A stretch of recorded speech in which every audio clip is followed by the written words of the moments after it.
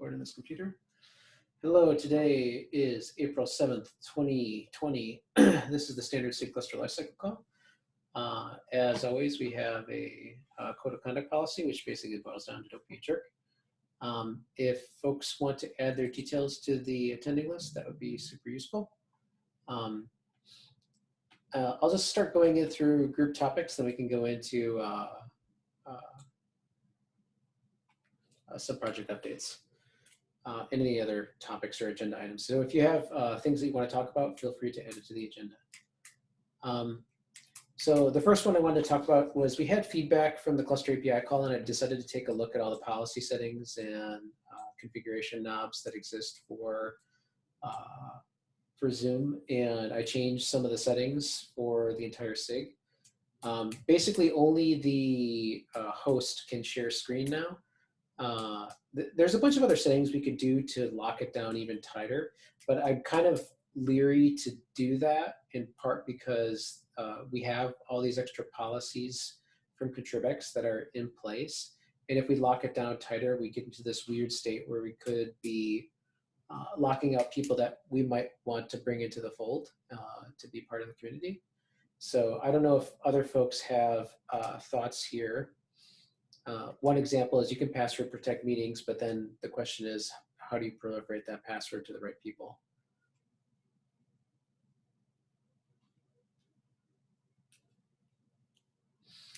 Another option is you can. Yeah, I would suggest. Oh, go ahead. Sorry. So I just want to say, if we could just put the password in the. My understanding is the way that most of these people are doing it are they're scanning the numbers. So actually, just putting the password right by the URL would be fine. You can actually do that directly in the URL too. So like we can update the meeting invites to include the password in the meeting invites. So that would be only, the meeting invites would only go to the list. And that's probably not a bad way of going about this.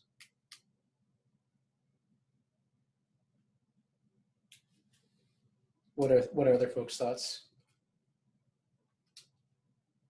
Well, the password is not really a security key at this point. No, but it's basically like a level of indirection. So like you're going to minimize somebody would have to be on the list to know what the password is, and they'd have to be. You're basically going to eliminate a whole swath of folks, so you can bisect to root cause if you wanted to. So you can't just do rando. Rando pass would be really rough to do. So you could bisect and figure out who are the parties, or at least you could have a limited subset versus like a subset of the universe. Yeah, I mean, people can already join the list without approval, so they can see the link inside the doc. And if the password is part of the link, it's pretty much the same measure, I think. Yeah, the big key here too is that there's other properties that we've disabled. One of the things we could do is some other teams don't allow folks to join the meeting without the host being there and stuff. Or we could do a separate thing too, where we could have a secondary person as host to monitor the meetings. So if you go to a meeting, always have two people there. One person is the active moderator, and the other person is basically there to scan the guests to make sure that they're legit, and to boot bad actors, boot and mute. Does Zoom support moderators? You can have a secondary host, yes. So you can have. It's currently disabled, the secondary host, I think. No, you can enable it, so another person, you can add a person. If you're the host, you can enable the secondary host. I just need to figure out what magic clicky button allows you to do this. If you're the host, Tim, you just hover over the person and it should say make host, or make co-host, I should say, I apologize. So I'll go to Lubomir here. More make a co-host. So now, Lubomir, you are the co-host. So you should be able to actually boot people. Yeah, I saw a change on the UI saying manage participants now. Okay, there you go. Okay. So that seems like a reasonable approach to me. That isn't too bad. So we could just keep the meetings the way they are for the time being. If you're a host, try to find a co-host for a meeting. If it's a smaller meeting, it's pretty obvious. If it's a larger meeting, this meeting isn't too large, but like cluster API calls can have like 30 people on it. You probably want to have a co-host who's scanning the list.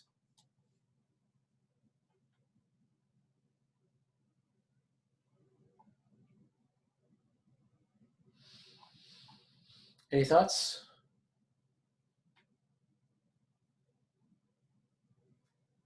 Yeah, I think we are good with this. We don't need anything extra. Great. I will send an email out to the SIG list and let folks know, given all the issues Zoom has been having lately. Also to note that our details for this call might be being sent to LinkedIn, Facebook, and China. I don't know which one, maybe all three. We'll see. Next topic. Lubomir, you have the next topic. So I've been going back and forth between the SIG release and the SIG architecture meeting, discussing the move KubeADM. And it's sort of become a bureaucracy loop at this point. So I decided to write a document with all the feedback I got, and I sent it in an email to all the mailing lists. The TLDR is that when we move something like kubectl out of 3, 6 CLI don't really know what version schema they are going to follow. How are we going to release the component in terms of picking the source code, building it.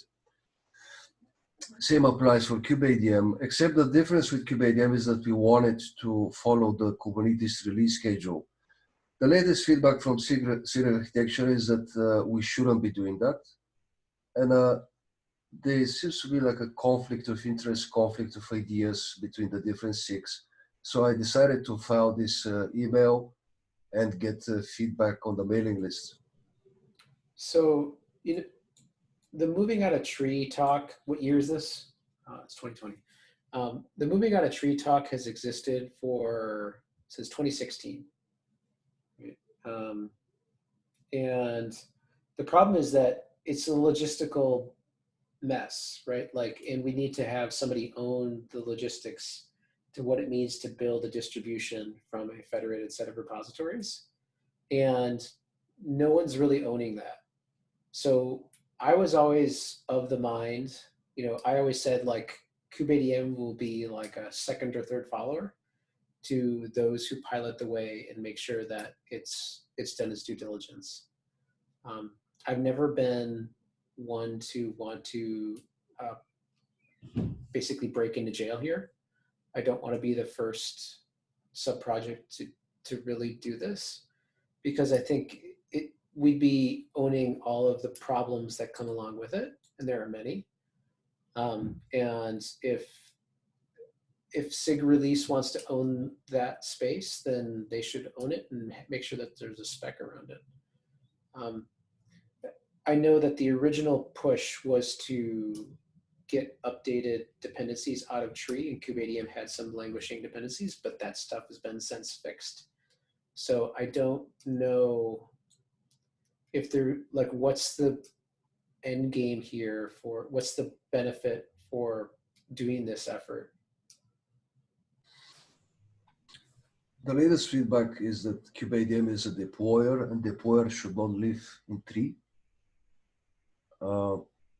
But I also asked the question, should we bundle a default deployer as part of Kubernetes, which was the original purpose of KubeADM in the first place?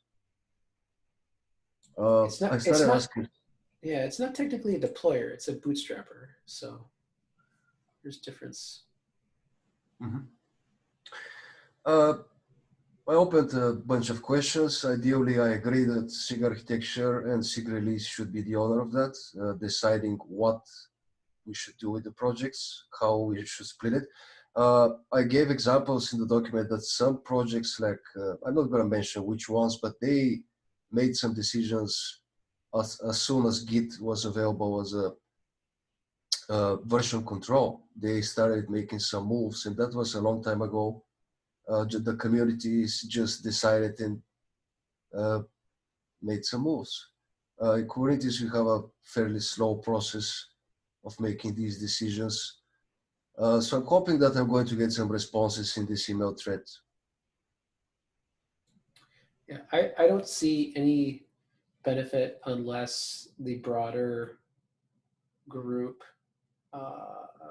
SIG release and SIG architecture, have a well-defined process in place. Otherwise, it's just we own all of the pain, right? And I don't think that is right either, because in order to get the federated repository model to actually work, you need all the logistics done there, and the testing apparatus needs to be capable. Now, the testing apparatus, since we've started having federated repositories, is much more capable, but the actual release process, I would say, is nowhere near ready for this.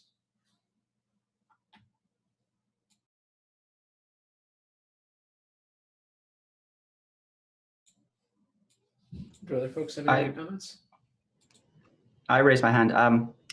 I also do not think that we should make Kubernetes be the guinea pig for this, contrary to what you might expect. And I don't think, though, that we in SIG cluster lifecycle are going to get rid of the problem, because I think we are going to be one of the first to encounter the problem, because there are things that are being developed out of tree, like cloud provider extraction work, for example, is the one that comes to mind. So I think we're going to have our fair share of pain and having to deal with it. And it does seem that SIG release is not wanting to own the distributed release. And it does seem like we are going to have to deal with some aspects of the distributed release separately from kubeadm, wherever kubeadm is. And yeah, I feel like we are doing our fair share, or will be doing our fair share. Yeah, to buy the SIG release, for the time being, don't want to own this distributed release process, because they are busy with other work. They don't want to think about this problem, but they definitely want, they definitely have to start doing some thinking about it, because SIG architecture is pushing for the split of these components. So it's like a conflict between the different SIGs, and we are somewhere in between, SIG COI as well.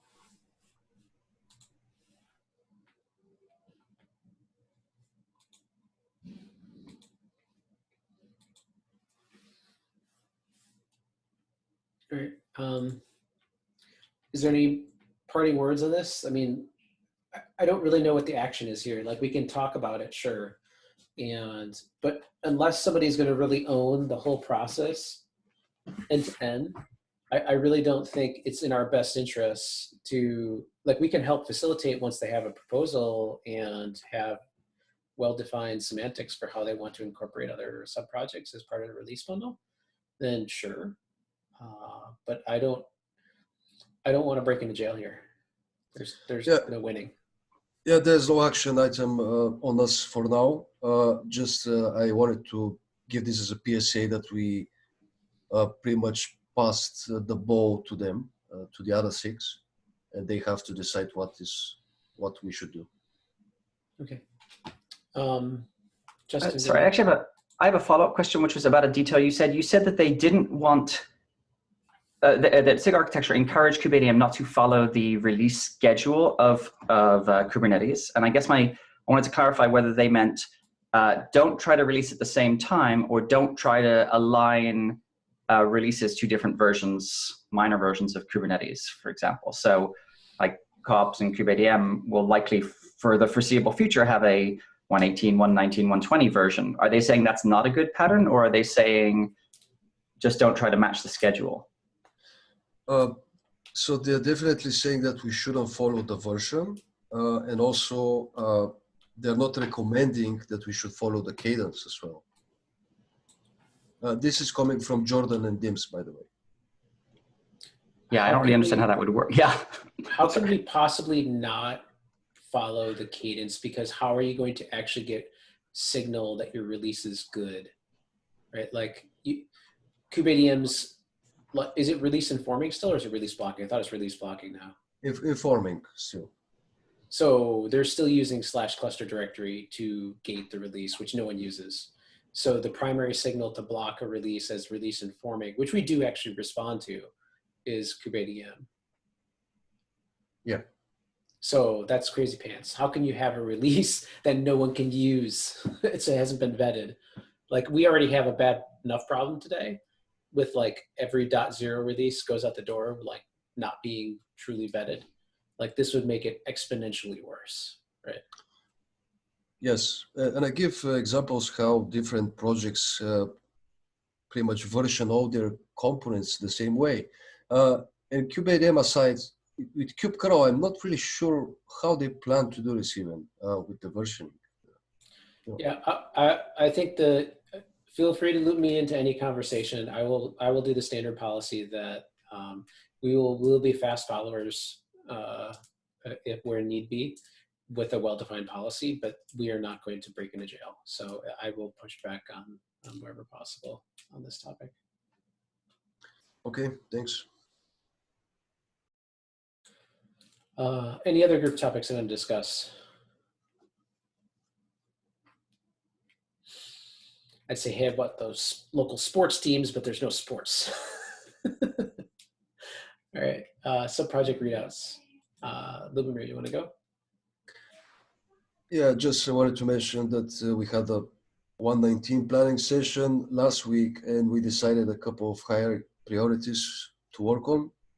The first one is improving kubeadium join, making it more robust with some API call retries, because some of the areas of join lack this currently.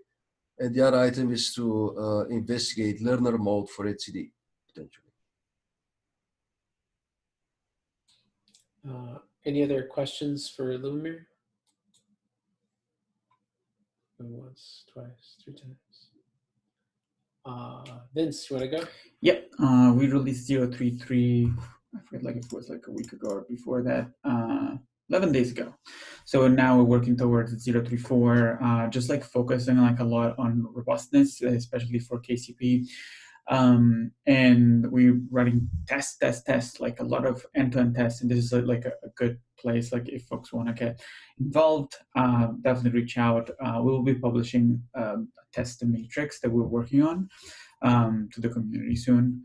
One other thing that I wanted to mention is, like, last week we had me and Cecile gave a deep dive with V1 Alpha 3, and we did a demo with Cluster Cuddle. It was very well received. I linked the slides here. The video is not up yet, but it should be published soon. What is that? Any questions for Vince?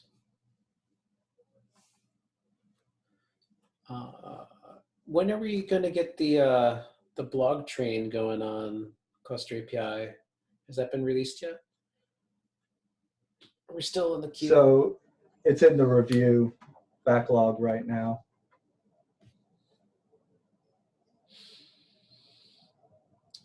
It's weird because normally we'd have like this whole PR train. It'd be like KubeCon and everything else.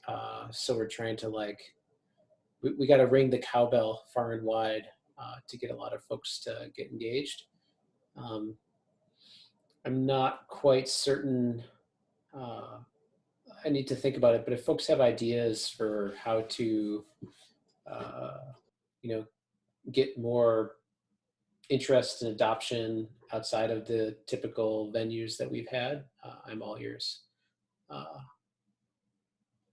ahead, Mike. I know we were working on trying to organize a CNCF webinar around the V1 Alpha 3 changes, but I would have to double check with the folks that were trying to organize that to see what the plan was to try to reschedule that.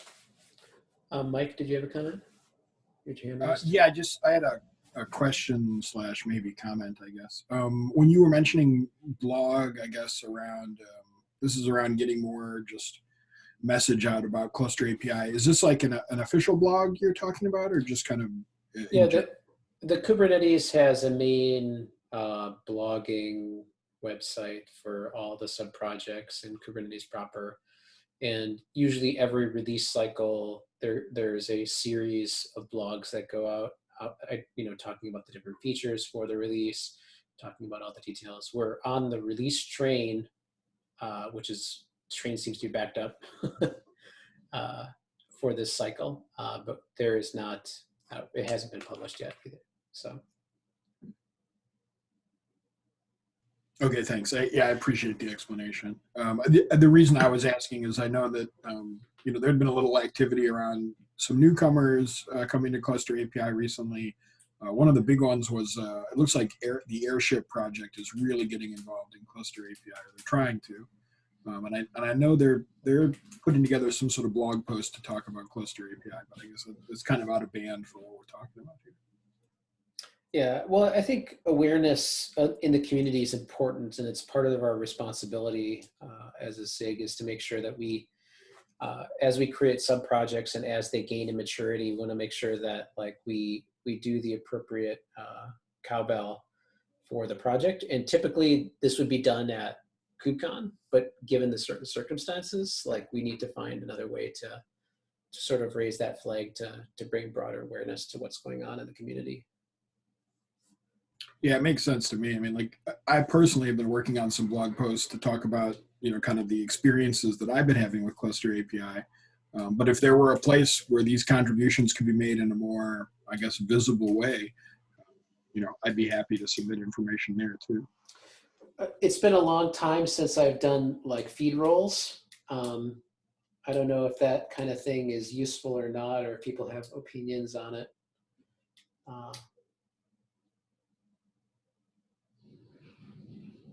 Yeah, I don't know if there's a Planet Kubernetes or something like that. I have to imagine does Planet even exist, anymore? Exactly. I'm dating I mean, myself. I blinked, so who knows? Well, if folks have thoughts, feel free to reach out to the group. I'm all ears given the certain circumstances.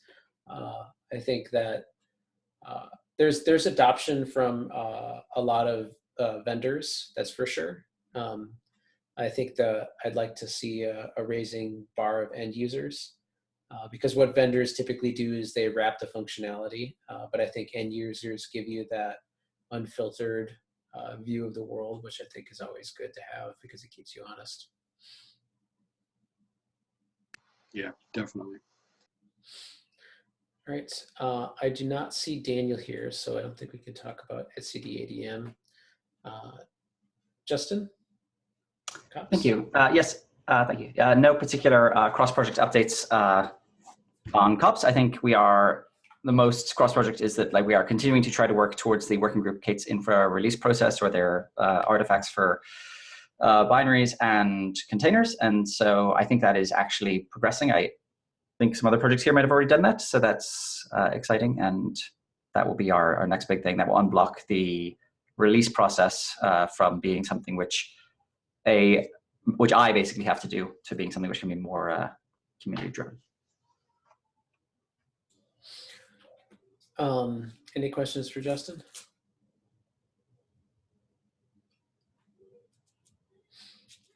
Is there anyone on the call that can talk about Minikube? I know they've done quite a bit of work recently.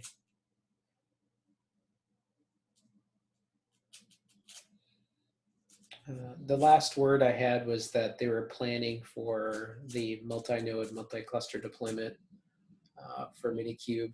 I still would like to get an understanding if the roadmaps for Minikube and Kind could somehow be converged, or that we could have a clean set of user stories for A then B, or just smash them together, or figure out how to make one tool that developers can go to that solves all their major user stories. Because a big reason for the evolution of Kind was always because that Minikube didn't support the Docker and Docker, so it took a long time. It didn't actually support multi-cluster mode, but now with these features coming online, there's the Venn diagram of overlap of user stories is getting more conflated, and it becomes more confusing. I don't know if anyone else has thoughts here. Yeah, my thinking process about the overlap is we can potentially say to Minikube, hey, you should stop developing these features, but I don't think this is the right thing to do, because Minikube had multi-node in the plans probably before kind existed.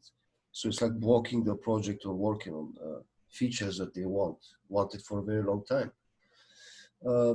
Also, kind is owned by another SIG, so we don't have control there. I mean, we can technically say to Ben, hey, you should stop doing that, but it's not the right thing to do as well. So what is our forcing function? Should we just block the project? No, I'm not. I don't want.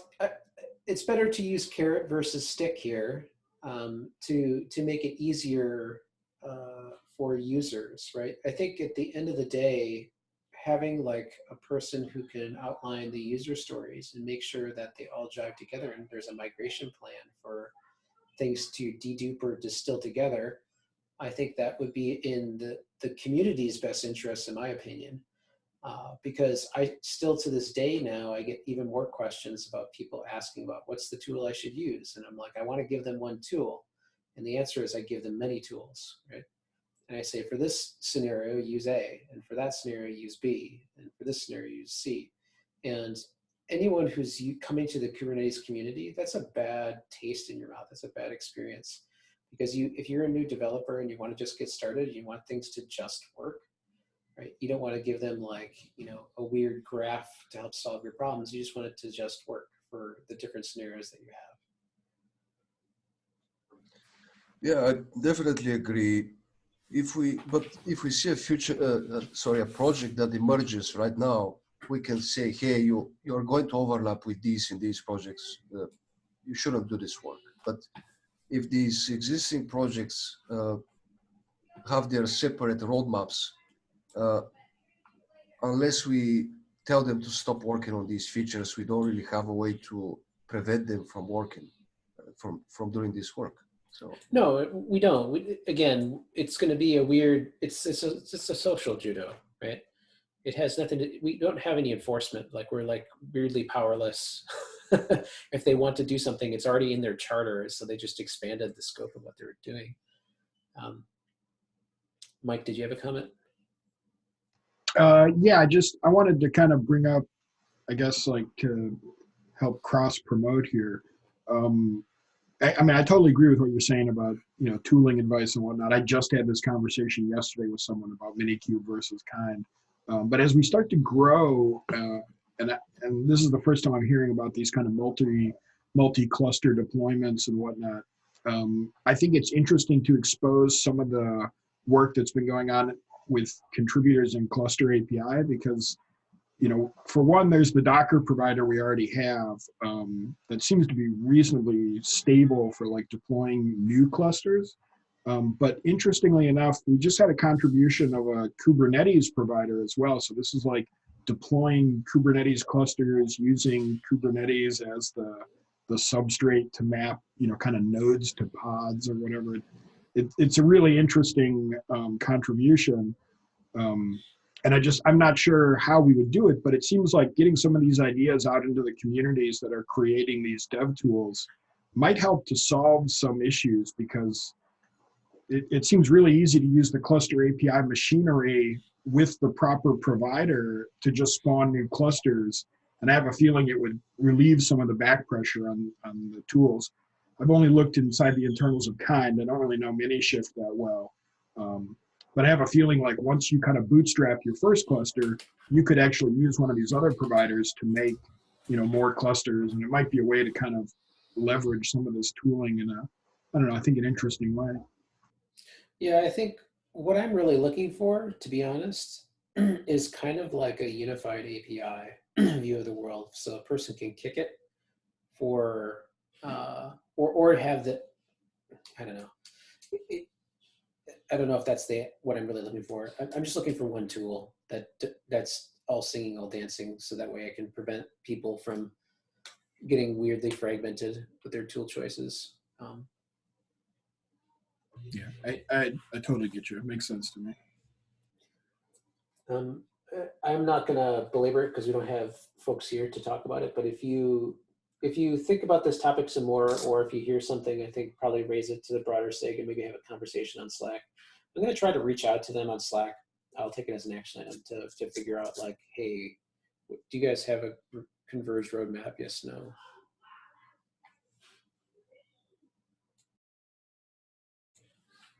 I don't think I see Lee on the call. Does anyone want to talk about add-ons?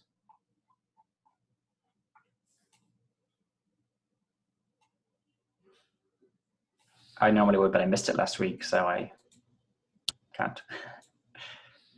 Well, I was at the meeting. We had some great conversation about. Well, Jason, you were kind of leading a lot of that conversation. Do you want to say what you were talking about? Yeah, so we had some discussion about how the Cluster Add-ons project can interoperate with Cluster API and provide some of the requirements that we need there, especially when we start talking about things like CNI providers and information that they require that would also impact, say, infrastructure provisioning for those clusters that you want to deploy the CNI onto.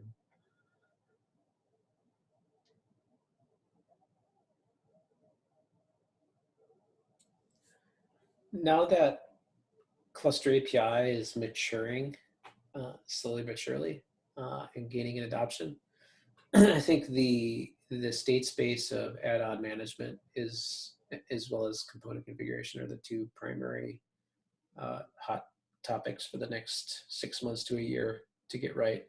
You know, we've kind of languished on both of those for quite some time, but they're component standard is never pretty. It's a lot of plumbing work. I think that it's super useful for the community. Add-ons is directly visible though. And so I think that add-ons will probably be the most highest pressing one that people will try to engage on.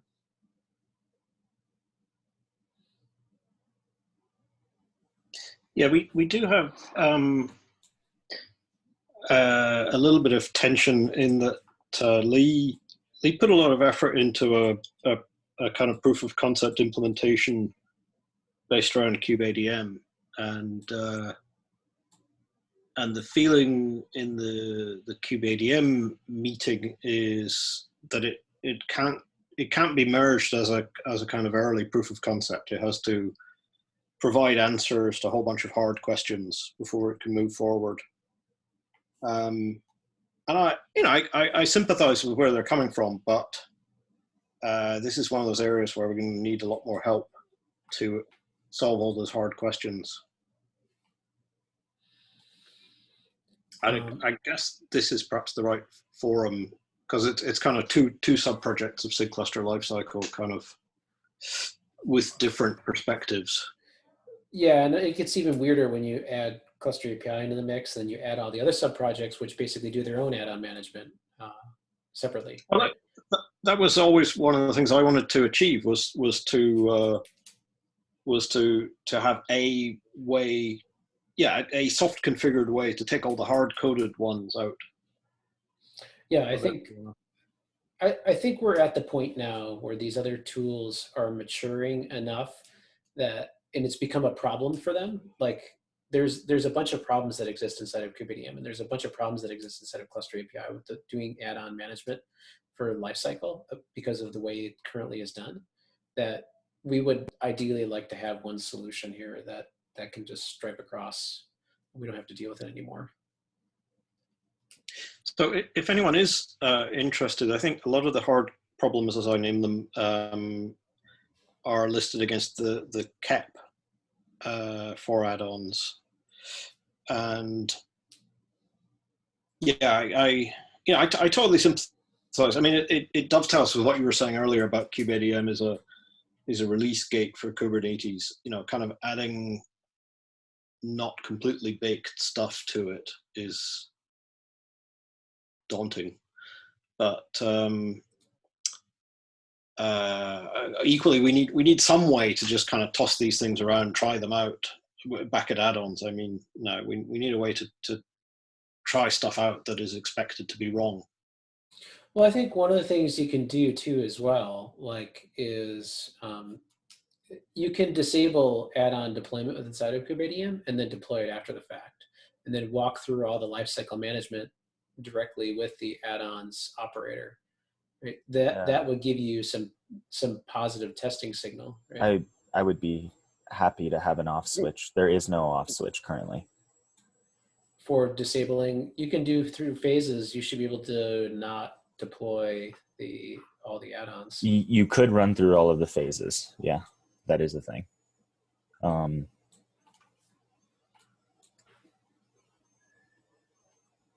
I mean, you could also do skip phases. So you should be able to do init with skip phases. I think this is correct, right, Fabrizio? You should be able to run specific skip phases to allow you to do a deployment and then just ignore the proxy and or just ignore core DNS if you wanted to.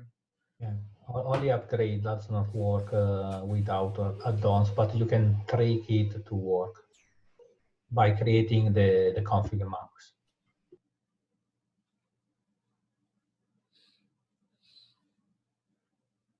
So I think, like, you know, once the vetting has occurred, if there's like CI signal for doing upgrades and verifying that, and, you know, it's all about due diligence, then we can add it in. I don't think that would be a big problem. I think we're going to probably resource it, at least, you know, just being honest, from the VMware side, we're going to definitely eval add-ons operator in the next cycle. So we'll probably have more resources coming your way.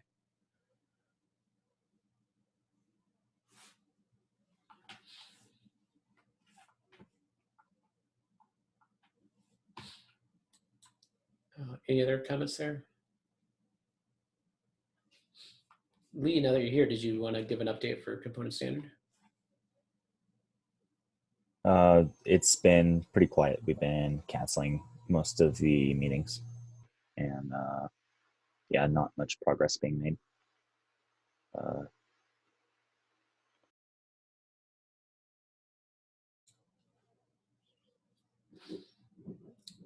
Is there anything we can do to help, or? I think Mike and I are just pretty pressed for time. And then, you know, with the pandemic, it's been pretty difficult for folks to take the extra time we usually use to maintain the SIG or the working group.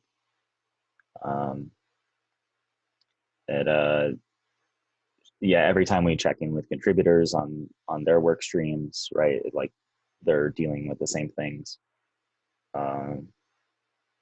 So I think even from a project management standpoint, our project management correctly enumerates the streams of work, but has none of the updates on what has been done, which makes it a little difficult to determine, like, even what streams of work need help. But yeah, as far as getting together to help on this, it's really just about prioritizing it and getting folks to get back on amidst the things that they actually get paid for. I hear you.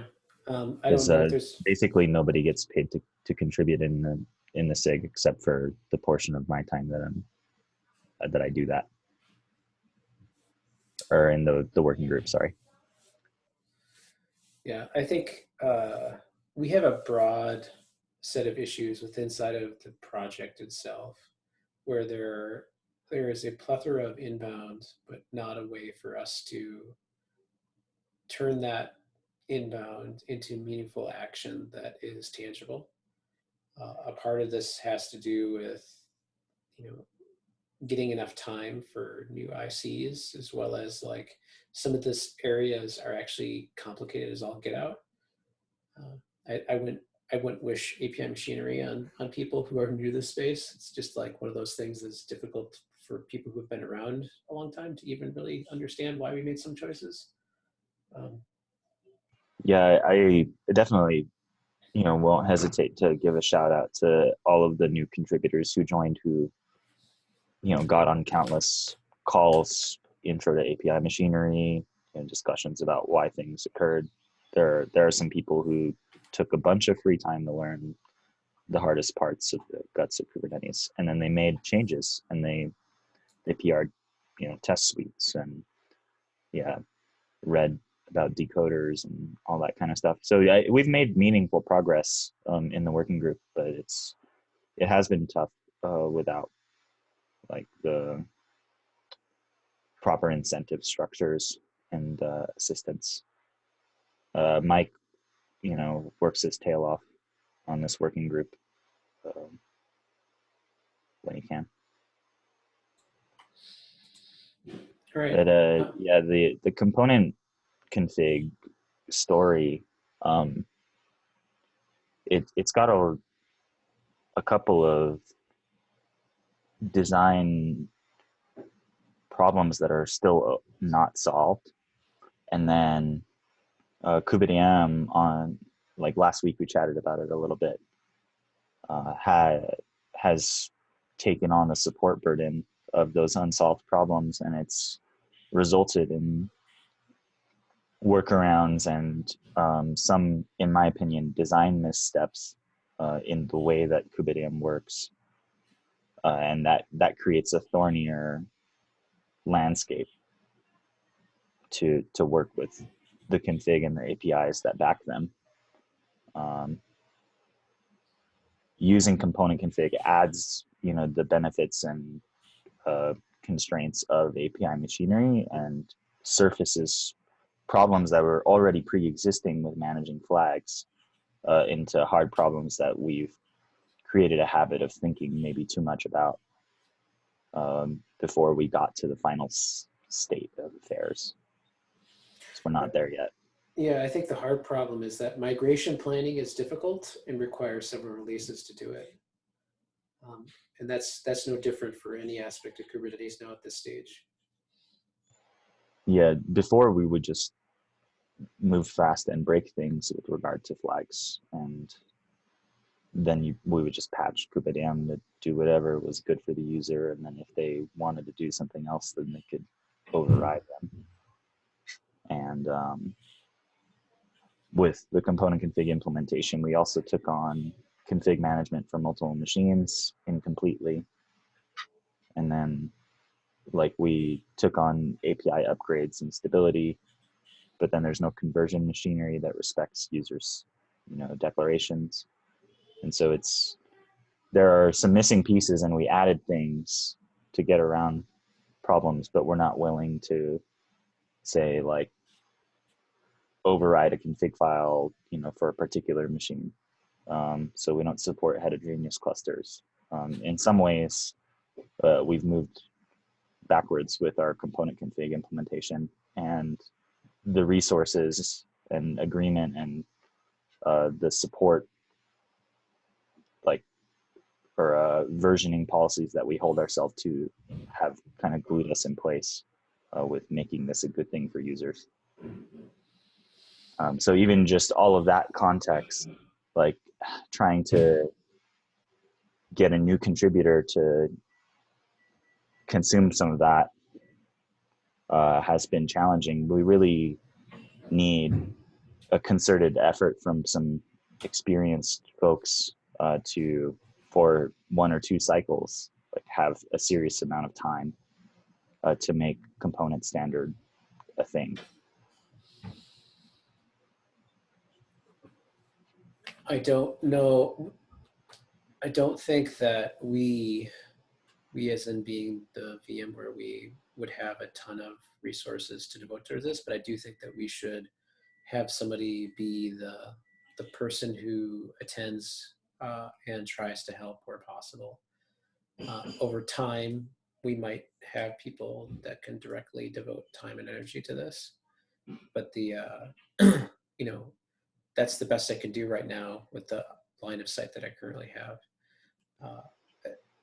You know, I know, Justin, you don't speak for all of Google, but it'd be nice to know if Google had a stance on some of this stuff, because it looks like Mike's time is best viewed as part-timing a lot of this effort. I was just opening chat to point someone to Lee's discussion and like suggest that we follow up on this internally, figure out what we are doing here, because yeah, it's a great point you raise, and Mike is only one person. On the VMware side, we have Rusty, who is already following the component standard meetings in progress. And I think something very important for us to resolve in this group in API machinery is instance-specific component config. And there's a KP in progress for that. So originally, kubeadm started following what the Kubernetes is doing. In the Kubernetes, I have an argument that the Kubernetes was doing some of the stuff wrong. It has a single component config where instead it should have been instance-specific component config and a component config that is shared across all the nodes. So we have a design flaw in the Kubernetes, then kubeadm started following this same pattern. And we have to go back, like Lee is saying, we have to go back, fix this problem, and kubeadm and future components have to be adapted to this. Adapted. Yeah, I think that general problem of config management, what is shared and what is like group or instance specific, is one of the design issues that we need to tackle more formally. And then, yeah, usability and upgrades and migrations supporting these APIs is the other major one that I see. If we can get together and solve these, then I think we have the designs in place to then go do all of the very tiring work of fixing everything. And then, yeah, thanks, Justin, for following up with Google. Yeah, Rusty has been very persistent in following up and attending and providing comments. We really appreciate that.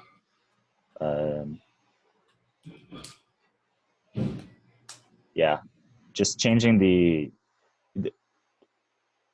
it's been said like from the beginning that like component standard has like very different incentives than a lot of the Kubernetes project. So I think the struggle of like getting folks to be able to consistently work on it. I'll certainly own like choosing to work on other things rather than component standard because of being incentivized by different things. So that's the one thing that I can control, and I have not been perfect or morally ideal in that regard. But if we can prioritize like fighting that incentive bias of like feature development and product support,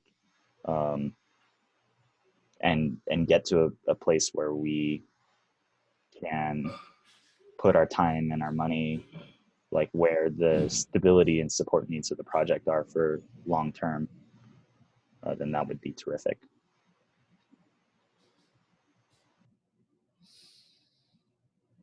I think one of the things that might help here to maybe we should sync offline and have a separate meeting to talk about this, because this has been a long-standing issue of mine where we have this technical debt that's in the best interests of everyone who uses Kubernetes, and it is not a user-level facing feature immediately. So that way it gets ill-funded by all parties in perpetuity until it develops the critical mass where it overtakes, which is it's like you need enough gravity and enough mass in order for you to actually, start the fusion engine. Are there any other comments about component standard? just one, like, what if we also started adopting it in, like, the discussion of kubelet component config, like maybe think, well, what if we had a kubelet component config in machine deployment, right? And then saw what broke and like could say concretely, like, it breaks because X, right? So like, it's very difficult to design a mechanism without something engaging that mechanism, as it were. You're suggesting using that in cluster API or in COPS? Cluster API seems like we can do it in COPS as well. Cluster API feels like Cluster API has a better model for this than COPS has. COPS is obviously adopting Cluster API, so they will be one and the same. But today, like, there is a nicer model in Cluster API for what happens when you change a configuration and how it flows through, like, machine deployment to machine set. Yeah, we in Kubernetes we went through adopting this thing, and the problem that we have now is that we are stuck. Basically, if tomorrow a new release of some component config comes out, we cannot support upgrades for users, and this is something really risky considering the number of tools which are relying on Kubernetes. And so this is a problem. I would advise to expose some other tool to the same problem.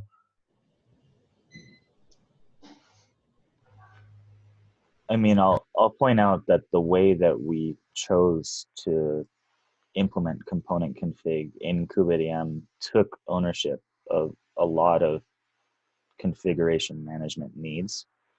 For instance, like, I think it was a design misstep to only have one kubelet config and to have it be managed by kubeadm with machinery that it's imported and defaulting, and then like have that be stored to the cluster with like no user ownership of it.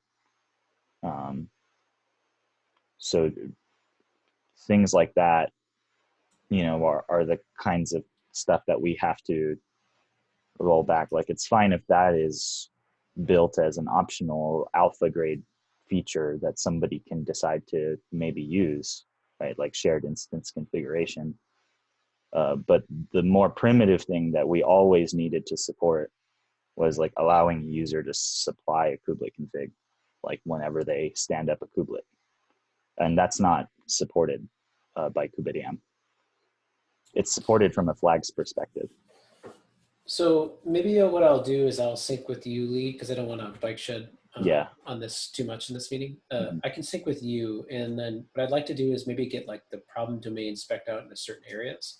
I totally agree with your assertion. In fact, I believe when we originally talked about the kubelet configuration, that was one of the things that we were talking about when we originally put it in.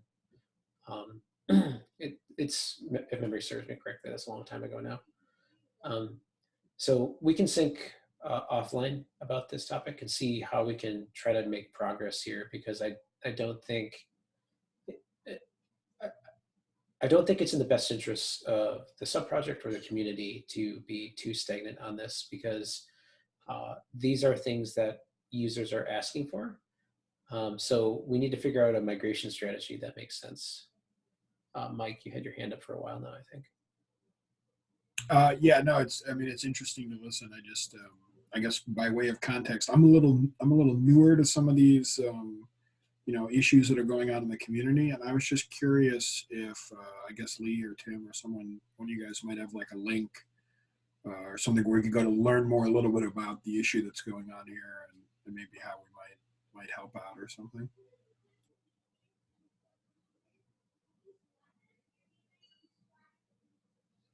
I'll go digging. There are existing user requests and issues that might provide some context. It's going to be necessary to pull this stuff up anyway to talk about it. So why don't we chat on Slack, and those who are interested, we can have maybe an informal discussion in the next week or two, and see if we can come back with some concrete set of actions. Sounds good. Yeah, I mean, my curiosity is piqued, but I feel I don't have enough context to really contribute anything.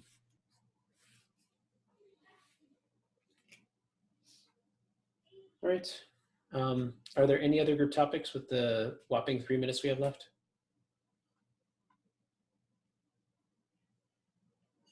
Going once, going twice, going 3 times. All right. Take care, everyone. Stay safe.